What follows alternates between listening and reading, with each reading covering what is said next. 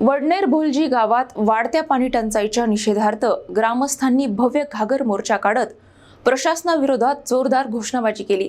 नियमित पाणी पुरवठा सुरू करून कायमस्वरूपी उपाययोजना कराव्यात अशी मागणी आंदोलनकर्त्यांनी निवेदनाद्वारे प्रशासनाकडे केली आहे। वडनेर भोलजी गावात तीव्र होत चाललेल्या पाणी टंचाईच्या प्रश्नावर ग्रामस्थांनी रस्त्यावर उतरून संताप व्यक्त केला। गावात नियमित पाणी पुरवठा होत नसल्याने नागरिकांना मोठ्या अडचणींचा सामना करावा लागत असल्याचा आरोप करत ग्रामस्थांनी भव्य घागर मोर्चा काढला। मोर्चामध्ये महिला, युवक आणि ज्येष्ठ नागरिक मोठ्या संख्येने सहभागी झाले होते। विशेष म्हणजे अनेक पुरुषांनी डोक्यावर घागर घेऊन गावातील प्रमुख मार्गांवरून मोर्चा काढत प्रशासनाचे लक्ष वेधण्याचा प्रयत्न केला। पाणी हा आमचा हक्क आहे आणि तात्काळ पाणी पुरवठा सुरू करा अशा घोषणांनी संपूर्ण परिसर दणाणून गेला।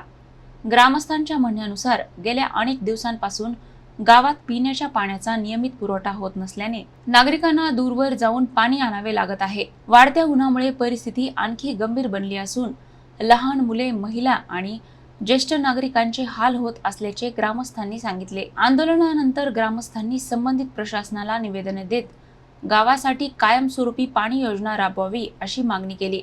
तात्पुरत्या उपाययोजनांऐवजी दीर्घकालीन नियोजन करून गावातील पाणी प्रश्न सोडवावा अशी अपेक्षा नागरिकांनी व्यक्त केली आहे। दरम्यान प्रशासनाने तातडीने योग्य निर्णय न घेतल्यास आंदोलन अधिक तीव्र करण्यात येईल असा इशाराही ग्रामस्थांनी दिला आहे। मागच्या 15 वर्षामध्ये या वडनेर गावाला दोन मुख्य योजना लाभलेल्या आहेत। एक महाजल आणि जलजीवन मिशन।